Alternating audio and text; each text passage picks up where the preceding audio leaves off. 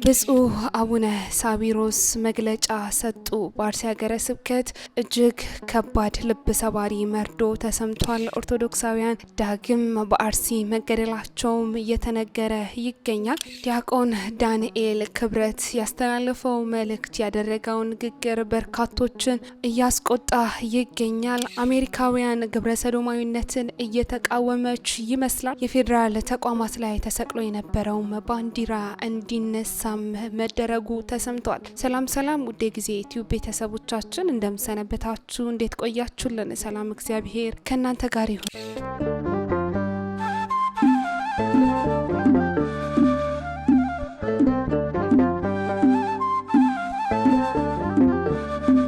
ቀዳሚ ያደረግንላችሁ መረጃችን እንግዲህ ከወደ አርሲ ሀገረ ስብከት ከአርሲ ኦርቶዶክሳውያን የተሰማውን ልብ ሰባሪ መርዶ ነው። በአርሲ ኦርቶዶክሳውያን ላይ የተፈጸመ ያለው ግፍና ግድያ እንዲሁም ደግሞ የአጽራረ ቤተክርስቲያን የሆኑ አካላት በኦርቶዶክሳውያኑ ላይ የሚፈጽሙት ጭፍጨፋ አሁን ድረስ እንደቀጠለ ነው። ይህንንም መረጃዎች እየጠቆሙ ይገኛሉ። በአርሲ ሀገረ ስብከት ኦርቶዶክሳውያን መገደላቸውም ተሰምቷል። አባትና ልጅ የሆኑ የአንድ ቤተሰብ አባላትም እንደተገደሉ መረጃዎች ደርሰውናል። በአርሲ ወረዳ ሞሊማ ሰቃ ቀበሌ ሰኞ ገበያ በሚባለው መንደር እጅግ በጣም አሰቃቂ በሆነ ሁኔታም ንጹሃን የተገደሉ ሲሆን ታኅሳስ 9 ቀን አንድ አረጋዊ አባት ከተገደሉ በኋላ እንግዲህ ይህንን ማድረጋቸው ያላረካቸው አጥፊ አካላት እንግዲህ ዳግም ተመልሰው የካቲት 4 ቀን በድጋሜ የሟችን ልጅ መግደላቸውም ተሰምቷል። ይህ ለቤተሰቡም እጅግ በጣም ልብ ሰባሪ መርዶ ነው። ቤተሰቦቹም የነዚህ የሟቹ ቤተሰቦችም ንብረታቸውንም እንዳጡ መረጃዎች እየጠቆሙ ይገኛሉ። እነዚህ አካላት እንግዲህ እስካሁን ድረስ ይህንን ግድያ እየፈጸሙ ይገኛሉ። በሀገረ ስብከቱ እንዲሁም ደግሞ በአርሲ የሚገኙ ኦርቶዶክሳውያን ንጹሃን ዜጎችም አሁን ድረስ ድምጻቸውን ማሰማታቸውን አላቆሙም። ድምጻቸው ግን ጆሮ የተነፈገ ይመስላል። እስካሁን ድረስ መፍትሄ ያላገኙት እነዚህ ኦርቶዶክሳውያን መፍትሄ ሊሰጣቸውም ይገባል እንላለን። እነዚህ አካላት እነዚህ አጥፊ ወይንም ደግሞ ግድያውንም የሚፈጸሙ አካላት አምላክ ቢኖራቸው በአምላካቸው ይማጸኗቸዋል፣ ይለምኗቸዋል። ነገር ግን ደግሞ ምንም ለባህልም ለአምልኮ እንዲሁም ደግሞ ለሃይማኖታቸው የማይገዙ አካላት በዘፈቀደ የሚንቀሳቀሱ ታጣቂዎች እንግዲህ አሁን ድረስ ንጹሃንን እየገደሉ ይገኛሉ። ይህንንም የሚመለከታቸው አካላት የመንግስት ኃይሎችም ሊያስቆሙት እንዲሁም መፍትሄ ሊሰጡበትም ይገባል እንላለን። ጆሮ የተነፈጉ አካላትም ድምጽ የሚሆናቸው ይፈልጋሉና ሁላችንም ድምጽ ሆነን ይህንን መሰል ግድያ ልናስቆም እንዲሁም ደግሞ ለነዚህ አካላትም ድምጽ ልንሆናቸው ይገባል እንላለን። ይህንንም ማስቆም የምትችሉ አካላትም ባካችሁ ድምጽ ሆኑን እያሉም ይገኛሉ በአርሲ የሚገኙ ኦርቶዶክሳውያን።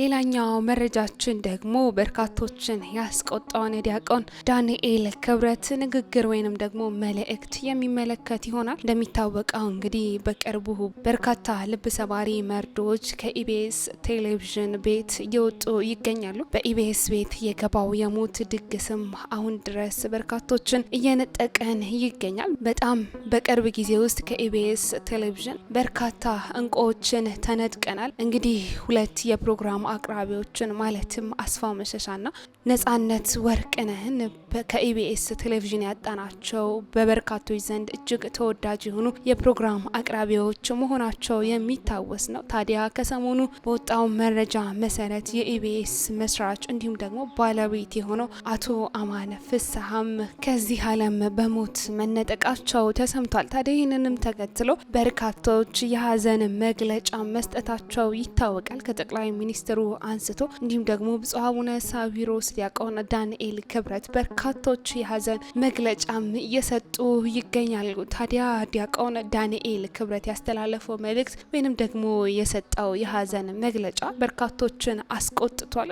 ዲያቆን ዳንኤል ክብረት ባስተላለፈው መልእክቱ እንግዲህ አንዳንድ ሞት በእጅጉ ያስደነግጣል። ለደቂቃዎችም ደርቄ ነበር፣ በኋላ ነው የነቃውት ያሉ ሲሆን የኢቢኤስ ቴሌቪዥን ባለቤት መስራች የሆኑት አቶ አማን ፍስሐ ህልፈት ተከትሎ የተሰማቸውን ጥልቅ ሀዘን ነው የገለጹት። ታዲያ አስከትሎም የጠቅላይ ሚኒስትሩ የማህበራዊ ዘርፍ አማካሪ የሆኑት ዲያቆን ዳንኤል ክብረት ቅንነት፣ ፈጠራ፣ ብሩህ ተስፋና ስራን ወዳድ ኢሳያድ አንድ ላይ የሰሩ ሰው ነበሩ በማለትም ሟች አቶ አማነ ፍስሐንም ገልጸዋቸዋል። ታዲያ ዲያቆን ዳንኤል ክብረት በዚህ አላበቁም። ይች ሀገር ደግ አይበረከትባትም በማለትም ይህ ሞት ልዋጭ የሚያስፈልገው ሞት ነበር፣ እንዲህ ያለው ሞት በሌላ ሊለወጥም ይገባ ነበር በማለትም ዲያቆን ዳንኤል ክብረት ይህንን መልእክታቸውን አስተላልፈዋል። ታዲያ ይህ መልእክታቸው በርካቶችን አስቆጥቷል። ዲያቆን ዳንኤል ክብረት ያስተላለፈው መልእክቱ በእጅጉ የሚያሳዝንና የበርካቶችንም ልብ የሰበረ ነውም ተብሏል። ሌሎች በልዋጭ ቢሞቱ በማለት መግለጽ አልነበረበትም። ምክንያቱም ሌሎች ቢሞቱ ፍትሃዊ እንደሆነ አድርጎ በአደባባይም ተናግሯል በማለትም አንዳንዶች ሀሳብ አስተያየታቸውንም እየገለጹ ይገኛሉ።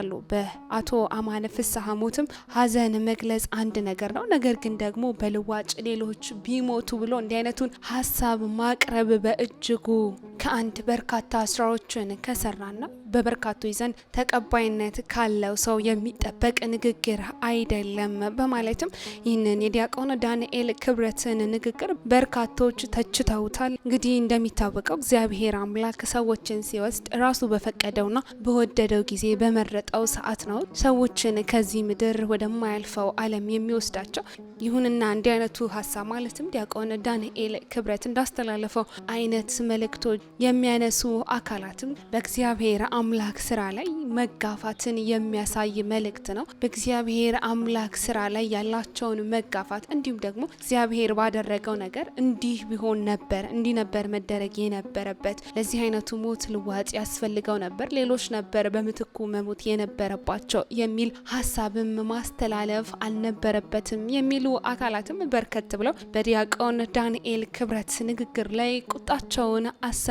ይህ ንግግር ትክክል ነው፣ ትክክል አይደለም፣ ይህንን የሚያውቀው ራሱ ተናጋሪው ባለቤቱ ብቻ ነው። ተናጋሪው የሚሰማውን ማስተላለፍ አለብኝ የሚለውን መልእክት አስተላልፏል። ነገር ግን በበርካቶች ዘንድ ይህ መልእክት ተቀባይነትን አጥቷል። እንዲሁም ከፍ ሲል ቁጣን ጭምርም ቀስቅሷል። በዚህ ጉዳይ ላይ እናንተ ምን አይነት ሀሳብ አላችሁ? ይህ ንግግር ተገቢ ነው ወይንስ ተገቢ አይደለም? ይህንን ሀሳባችሁን በመልእክት መስጫ ሳጥናችን ላይ አስፍሩልን። እንዲሁ በድርጅቱ በኢቢኤስ ቴሌቪዥን መስራችና ባለቤት ህልፈት ምክንያት ዲያቆን ዳንኤል ክብረት ብቻ አይደለም መልእክቱን ያስተላለፈው ብፁዕ አቡነ ሳዊሮስ እንዲሁ ጠቅላይ ሚኒስትር ዶክተር አብይ አህመድም የሀዘን መግለጫቸውን አስተላልፏል። ብፁዕ አቡነ ሳዊሮስ በመግለጫቸው እንደተናገሩ ከሆነ አቶ አማነ ፍስሐ ጽዮን የኢትዮጵያ ኦርቶዶክስ ተዋሕዶ ቤተክርስቲያን ስብከተ ወንጌል አገልግሎቷን በኢቢኤስ ቴሌቪዥን አማካኝነት ተደራሽ ማድረግ ትችል ዘንድም ላለፉት በርካታ ዓመታት ነጻ የአየር ሰዓት በመፍቀድ ለቤተክርስቲያን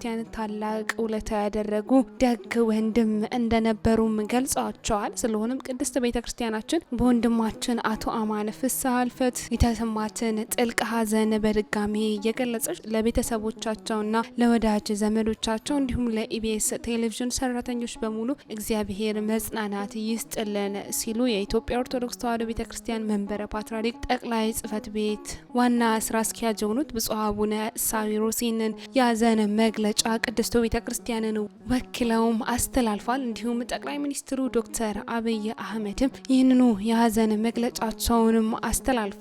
ጠቅላይ ሚኒስትሩ ባስተላለፉት በሀዘን መግለጫቸውም አቶ አማን ለኢትዮጵያ የግል ሚዲያ ዘርፍ እድገት የማይተካ ሚና እንደነበራቸውም መስክረዋል።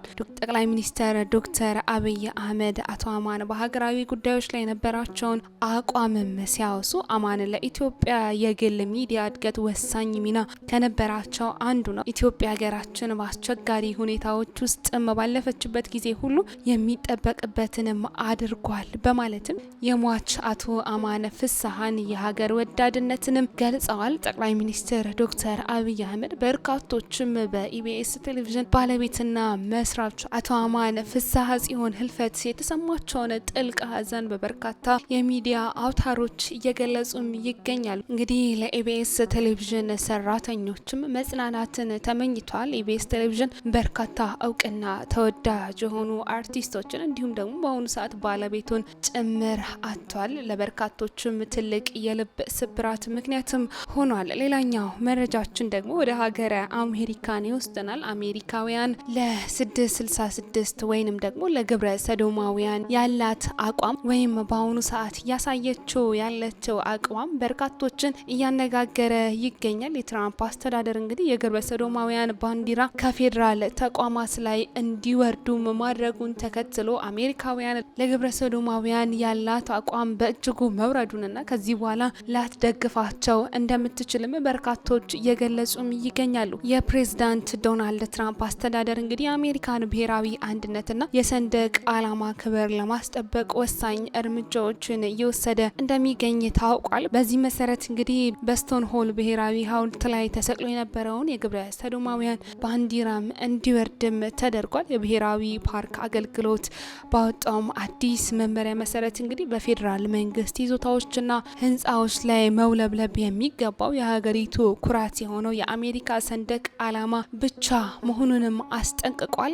ከዚህም ባለፈ እንግዲህ ይህ ውሳኔ የመንግስት ተቋማት ለሁሉም አሜሪካውያን የጋራ መሆናቸውንና የአንድ የተወሰነ ቡድን ወይም የግብረ ሰዶማውያን የፖለቲካ አጀንዳ ማራመጃ መሆን እንደሌለባቸውም የሚያረጋግጥ ነውም ተብሏል። ይህም መመሪያ ተከትሎ እንግዲህ በየካቲት 9 ማለትም በፌብራሪ 9 አስተዳደሩ በቦታው የነበረውን የግብረ ሰዶማውያን ባንዲራ በማውረድም ህግ ማስከበሩም ታውቋል። የብሔራዊ ፓርክ አገልግሎቱም እንደገለጸው ከሆነ ይህ እርምጃም የተወሰደው ከአዲሱ መመሪያ ጋር ወጥነትን ለማስጠበቅና የፌዴራል ይዞታዎችን ክብር ለመመለስ እንደሆነም ተነግሯል። ይህንንም እርምጃ ተከትሎ እንግዲህ እንደተለመደውም የዲሞክራቲክ ፓርቲ ደጋፊዎችም ይህንን እርምጃ ተቃውሞም ሰላማዊ ሰልፍ ወጥተዋል። የስቶን ሆል ባልደረባ የሆነችውም ታሪክን ለማጥፋት እየተሞከረ ነው ስትልም ክስ ማቅረቧም ተሰምቷል። ይቺ ግለሰብ እንግዲህ ግብረ ሰዶማዊነትን በመደገፍና እንዲሁም ደግሞ ይህ የግብረ ሰዶማውያን ባንዲራ መውረድ የለበትም፣ ይህ የታሪክ አካል ጭምር ነው ስትልም ተደምጣለች። ይህንንም ተከትሎ ክስ ማቅረቧም ተሰምቷል። ይሁን እንጂ የትራምፕ አስተዳደር አቋም ግልጽ መሆኑም በአደባባይ ተመስክሯል። ዓላማው የሀገሪቱን ምልክት ማስከበር ነው። በባለፈው ዓመትም በተመሳሳይ ሁኔታ ከሐውልቱ ድረገጽ ላይ ተያያዥ ይዘቶችም እንዲወገዱ መደረጉም ይታወሳል። አሜሪካ በልዩ ልዩ ቡድኖች ባንዲራ ሳይሆን በአንድ ኮከብና ሰንበር ስር መተዳደር እንዳለባትም አስተዳደሩ በድጋሚም አረጋግጧል። ይህንም እርምጃ ተከትሎ በርካቶች ግብረ ሰዶማዊነትን አሜሪካ እየተቃወመች ነው ሲሉም አበረታተዋል። ግብረ ሰዶማዊነትም ከአሜሪካ ምድርም ሊጠፋ ይገባል ሲሉም ተደምጠዋል። ይህ እርምጃም የፕሬዝዳንት ትራምፕ ለግብረ ሰዶማዊነት ያለውን አቋም ያሳየ ነውም ተብሏል። ይህንንም ተከትሎ ግብረ ሰዶማዊነትን የሚቃወሙ በርካቶች የትራምፕን አስተዳደር በእጅጉ የደገፉትም ይገኛሉ። ውድ የጊዜ ቲዩብ ቤተሰቦቻችን እንግዲህ ለዛሬ ያዝንላችሁ መረጃችን ይህንን ይመስል ነበር። በመረጃው ላይ ያላችሁን ሀሳብና አስተያየት በመልእክት መስጫ ሳጥናችን ላይ አስፍሩልን። እንዲሁም ቪዲዮ ላይክና ሼር በማድረግም አብሮነታችሁን አሳዩን እንላለን። ሰናይ ጊዜ ለእናንተ ተመኘን።